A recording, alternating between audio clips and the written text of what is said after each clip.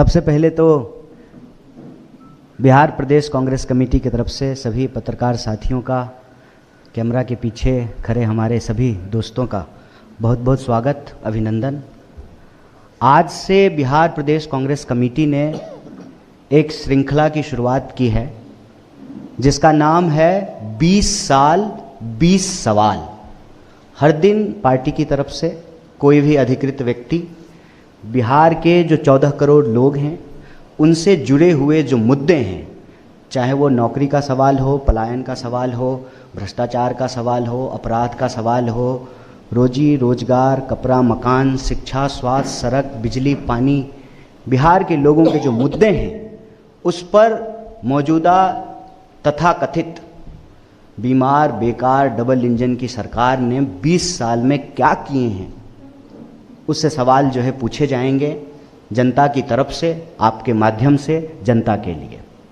आज का जो मूल विषय है, जो पहला सवाल है, उस पे हम पूरे सबूत के साथ आपके माध्यम से सरकार को भी और बिहार के करोड़ों लोगों को यह बताना चाहते हैं कि जो सरकार वोट चोरी से बनेगी वो सरकार जमीन चोर है, वो सरकार मुनाफाखोर है, वो सरकार बचत चोर है, वह सरकार बिहार के धन संसाधन को प्रधानमंत्री जी के दोस्त की तिजोरी में पहुंचाने की कवायद में लगी हुई है।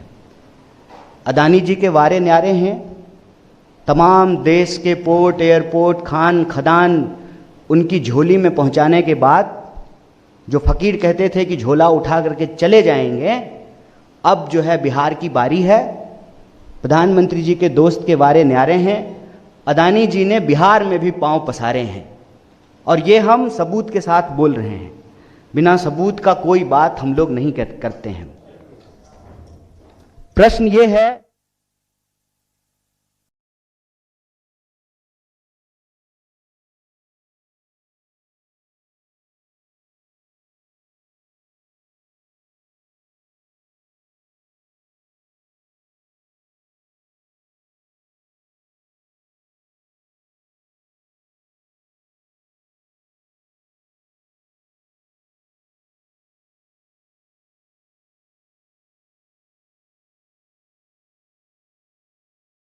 बिहार को हजारों करोड़ का प्रोजेक्ट दे रहे हैं और पावर प्लांट बनाने के लिए जो 21,000 करोड़ आवंटित किए गए, उस प्रोजेक्ट को सरकार जो है वापस लेगी और प्रधानमंत्री जी के जो मित्र हैं वो प्रोजेक्ट जो है उनको सौंप दिया गया है।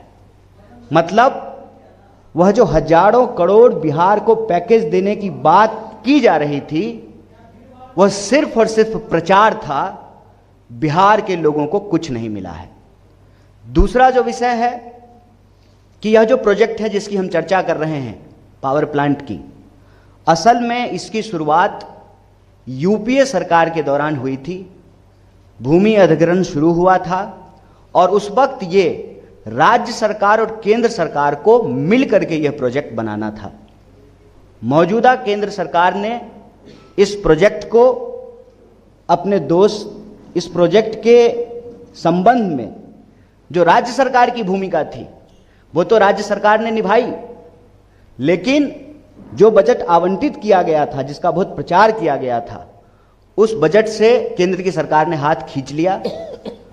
और जब तीसरा जो महत्वपूर्ण बिंदु है, इसको सिलसिलेवार ढंग से आप देखेंगे तो इस बजट के में, इस प्रोजेक्ट में जितना अंबानी जी खर्च करने का प्रॉमिस, अदानी जी, माफ कीजिएगा, क्या करें दोनों एक ही हैं, बड़ा नाम मिलता जुलता है। अदानी जी कह रहे हैं कि हम 25,000 करोड़ में जो है ये प्रोजेक्ट बनाएंगे और सरकार जो है उसके पास भी 21,000 करोड़ आवंटित था। पहला प्रश्न ये है इस प्रोजेक्ट से संबंधित, फिर ये प्रोजेक्ट जो है अदानी जी को क्यों दे दिया गया। दूसरा प्रश्न ये है, एक असेसमेंट के हिसाब से इस प्रोजेक्ट से कुल 1 लाख करोड़ का मुनाफा होना है, बचत होना है। 1 लाख करोड़ का। ये 1 लाख करोड़ अब बिहार के लोगों की झोली में नहीं पहुंचेगा, ये 1 लाख करोड़ जो है अब प्रधानमंत्री जी के दोस्त के तिजोरी में पहुंचेगा। तीसरा बिंदु जो है कि फिक्स रेट पर यही अदानी जी दूसरे राज्यों में 3 रुपए प्रति यूनिट, 3.5 रुपए प्रति यूनिट में जो है ठेका ले रहे हैं। पावर प्रोजेक्ट इनको मिल रहा है। बिहार में अभी अभी इनको 6 रुपए प्रति यूनिट से जो है उससे भी ज्यादा ये ठेका इनको मिला है। अगर ये 5 रुपए प्रति यूनिट से भी मिलता तो लगभग बिहार को 56,000 करोड़ रुपए की बचत होती। 56,000 करोड़। सवाल यह है कि मनमाने रेट पे, प्रति यूनिट मनमाने रेट पे यह प्रोजेक्ट अदानी जी को क्यों दिया गया है? तो 3 विषय है हमारे सामने। पहला, 1 रुपए प्रति एकड़ के हिसाब से 1,000 एकड़ जमीन अदानी को क्यों दी गई? दूसरा, जो इस प्रोजेक्ट से 1 लाख करोड़ का मुनाफा होना था वो बिहार के लोगों की जेब में पहुंचने की बजाय प्रधानमंत्री जी के दोस्त की तिजोरी में क्यों पहुंच रहा है? और तीसरा, सुविधा अनुसार 6 रुपए से भी ज्यादा प्रति यूनिट में जो है इनको ठेका मिला है, जबकि उत्तर प्रदेश में 3.5 रुपए में और अभी जनवरी में ही बंगाल में जो है इनको 3.5 रुपए में के फिक्स रेट पर ठेका दिया गया है। तो बिहार के साथ यह अन्याय क्यों किया जा रहा है? और जब आप तीनों विषय को जोड़ करके देखेंगे तो आपको स्पष्ट हो जाएगा कि यह सरकार न सिर्फ वोट चोर है, जमीन चोर है, बचत चोर है, मुनाफाखोर है और बिहार का हजारों करोड़ रुपया चुरा करके जिनसे चंदा लेते हैं, तुम मुझे चंदा दो मैं तुम्हें धंधा दूंगा, उस सिद्धांत पे जो है बिहार के संसाधनों की चोरी कर रहे हैं। इसी से विषय से जुड़ा हुआ एक बात और आपके प्रकाश में लाना चाहता हूं। हम क्यों कहते हैं कि वोट चोरी की सरकार जमीन चोर होती है? बिहार का बच्चा बच्चा घर घर में लोग ये जानते हैं कि पिछले कई महीनों से वरन कई सालों से यह हल्ला हो रहा था, सर्वे होगा, सर्वे होगा। हर कोई जिनके पास भी थोड़ी बहुत जमीन है, 1 कट्ठा 10 धूर, 2 कट्ठा 5 कट्ठा जमीन का कागज लेकर के ब्लॉक का चक्कर लगा रहे थे। घुसखोरी, संगठित घुसखोरी के उस चक्कर में फंस रहे थे, जमीन का कागज निकलवाने के लिए, नक्शा का फोटो स्टेट करवाने के लिए, रसीद कटवाने के लिए। असल इनको जमीन की सर्वे नहीं करनी है। जनता का जमीन जनता के पास नहीं रहने देनी है। यह सर्वे नहीं है, इनकी गिद्ध नजर बिहार की जमीनों पर है।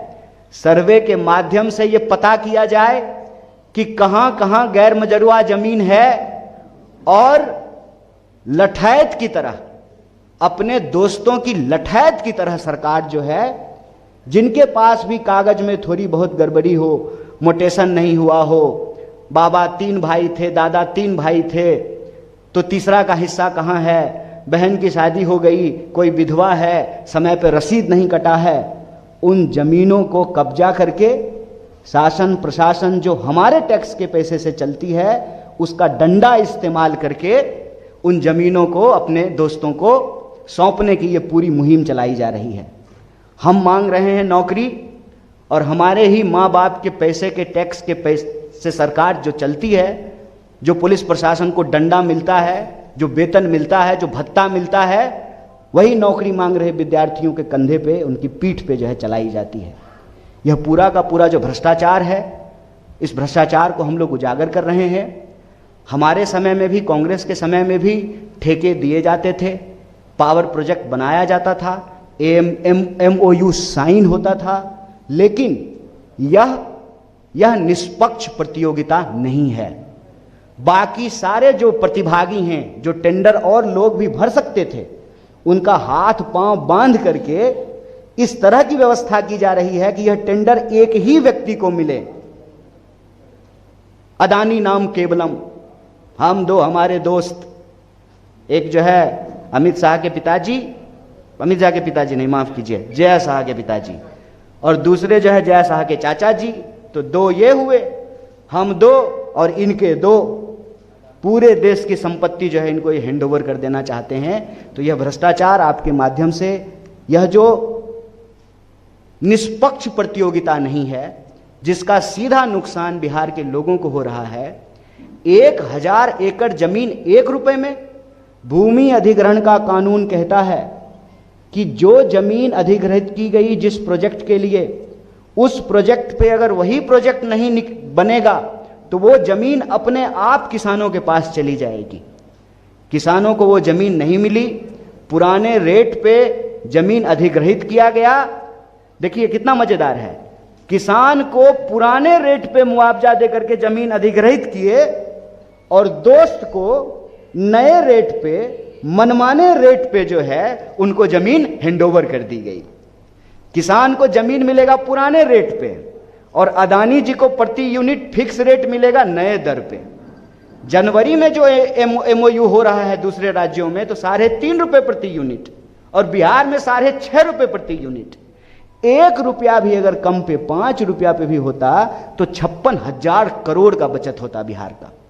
तो सवाल यह है कि 1 रुपए में 1000 प्रति एकड़ जमीन क्यों दी गई? जो 1 लाख करोड़ का बचत है बिहार का, उसको दोस्त की तिजोरी में पहुंचाने का प्रबंध क्यों किया गया? और फिक्स रेट पर, मनमाने रेट पर जो ये एमओयू साइन हुआ है या जो प्रोजेक्ट साइन हुआ है, उसमें जो 1 रुपया भी कम होता तो 56,000 करोड़ रुपए का बचत होता। तो ये बचत की चपत यह सरकार क्यों लगा रही है, ये पक्ष हम आपके सामने रख रहे हैं और इस दावे को दोहरा रहे हैं कि वोट चोरी से बनी सरकार जमीन चोर है, मुनाफा खोर है, बचत चोर है। बहुत बहुत शुक्रिया, बहुत धन्यवाद। एक विषय और हम आपके समक्ष लाना चाहते हैं कि पिछले दिनों जब बड़े धूमधाम से प्रधानमंत्री जी स्वयं एक तथाकथित सांस्कृतिक संगठन का जश्न मना रहे थे, तो देश के एक प्रतिष्ठित विश्वविद्यालय में प्रशासन के ताम झाम के साथ जनता के खर्च वर्च से स्थापना दिवस मनाने का प्रयोजन राजस्थान विश्वविद्यालय में किया गया। एनएसयूआई ने कहा कि हर राजनीतिक दल, हर सांस्कृतिक दल के अधिकार संविधान में समान है। किसी एक पार्टी की सरकार है इसका यह मतलब नहीं है कि देश के विश्वविद्यालयों को उनके संगठन का, उनके विचार का चारागाह बना दिया जाए। और इसका पुरजोर मुखालफत राजस्थान एनएसयूआई की पूरी यूनिट ने की, राजस्थान प्रदेश अध्यक्ष ने किया, विनोद जाखड़ ने किया। पूरे शासन प्रशासन का इस्तेमाल करके, पुलिस का इस्तेमाल करके उनके साथ मारपीट की गई और तमाम नेताओं और कार्यकर्ताओं को कई घंटों तक अलग अलग थानों में घुमाते रहे और अभी जो है उनको पकड़ करके जेल में भेज दिया गया है। हम कहते हैं यही आरएसएस की व्यवस्था है। जिस दिन आरएसएस का प्रभुत्व समाज पे होगा, शासन प्रशासन उनके कब्जे में होगी, उस दिन संविधान का गला दबाया जाएगा और ये उसका सीधा उदाहरण है। आपको अगर कार्यक्रम करने का अधिकार है तो वो अधिकार सरकारी संस्थानों में करने का नहीं है। और अगर आप सरकारी संस्थान में कर रहे हैं तो आप अगर कार्यक्रम कर सकते हैं तो इस देश का नागरिक और विद्यार्थी होने के चलते उसका विरोध करने का अधिकार हमको ये संविधान देता है। फिर गैर संवैधानिक तरीके से संगीन धाराओं में, जिसका उस कार्यक्रम से और उस विरोध से कोई लेना देना नहीं है, उन छात्र नेताओं को और एनएसयूआई के कार्यकर्ताओं को अरेस्ट किया गया है।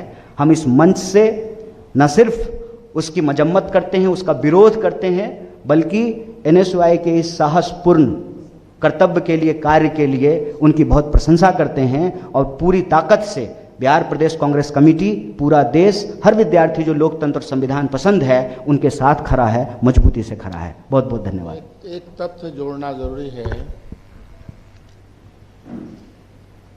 Thank you Kanhaiya ji.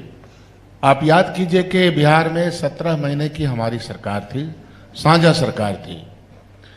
Nitish Babu chief minister थे। बिजली पे, बजट पे बहस हो रही थी।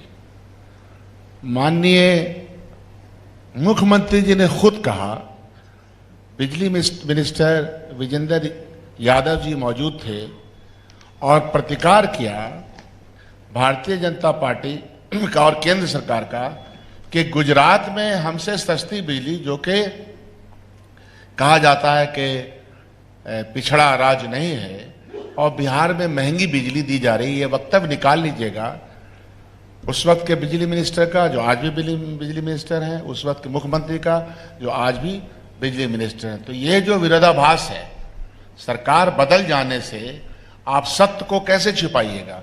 और अब तो छिपा नहीं रहे हैं, जैसा कि कन्हैया जी ने कहा, आप खुली छूट दे रखा है अडानी को कि वो आए और उस पर जितनी चोरी चकारी करना है वो करे।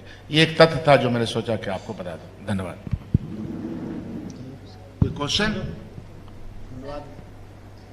प्रधानमंत्री युवाओं से संवाद करें और युवाओं की बात करें। नहीं, प्रधानमंत्री तो कुछ भी कर सकते हैं, क्योंकि एक तो प्रधानमंत्री को आप लोग साधारण मनुष्य मत समझिए। नॉन बायोलॉजिकल अवतारी ईश्वर के अवतार हैं, तो उनके बारे में साधारण बात मत किया कीजिए। लेकिन प्रधानमंत्री से ये पूछा जाए कि युवा संवाद कर रहे हैं, अच्छी बात है, युवाओं को रोजगार भी मिलेगा कि खाली भतीजा को ही रोजगार मिलेगा, कि बिहार के युवाओं को भी रोजगार मिलेगा? क्यों पेपर लीक हो रहा है? क्यों कोई भी परीक्षा जो है वो समय पे नहीं हो रही है? नौकरी मांग रहे विद्यार्थियों को क्यों लाठी मारा जा रहा है? प्रधानमंत्री से तो ये पूछा जाना चाहिए ना कि क्यों चपत लगाए हैं 1 लाख करोड़ का? बिहार के किसान से पुराने रेट पे ज़मीन ले लिए और जो है अपने दोस्त को जो है नए रेट पे जो है 6.5 रुपये प्रति यूनिट फिक्स रेट पे जो है प्रोजेक्ट दे रहे हैं। तो युवा संवाद खाली बोलने से, खाली गाल बजाने से नहीं होगा ना। प्रधानमंत्री जी को बस आपको अगर मौका मिले तो याद दिला दीजिएगा कि अब आप तीसरी बार प्रधानमंत्री हैं, आप नेता प्रतिपक्ष नहीं हैं। तो कब तक जो है मन की बात के नाम पर गाल बजाते रहिएगा, परीक्षा पे चर्चा के नाम पे गाल बजाते रहिएगा? कब तक जो है आप भर्ती के बारे में जो है वादा ही करते रहिएगा? डिलीवरी कब होगी? यह सवाल उनसे पूछा जाना चाहिए। आप लड़ाइएगा तो लड़ लेंगे, काहे नहीं है? तो लड़वा दीजिए, लड़ लेंगे। आप लड़वाइएगा तो लड़ेंगे सर। हैं? कांग्रेस जो मौका नहीं दे रही है तो आपके साथ आपसे बातचीत कैसे कर रहे हैं? आपको क्या जबरदस्ती थोड़ी हम आ गए हैं बुलाए? इस फैसले का हाँ और ना में हम नहीं बोलते हैं। इस फैसले का मामला तो पार्टी से है ना? नहीं, पार्टी और व्यक्ति, हमारी पार्टी है, व्यक्ति भी महत्वपूर्ण है और पार्टी भी महत्वपूर्ण है। पार्टी का फैसला जो भी होगा, जो कन्हैया जी भी स्वीकार करते हैं, हम सब लोग स्वीकार करते हैं, तो पार्टी जी का फैसला करना। मेरी इच्छा है मंगल पे जाने की, चलिएगा तो ले चलेंगे आपको भी। बहुत धन्यवाद। धन्यवाद।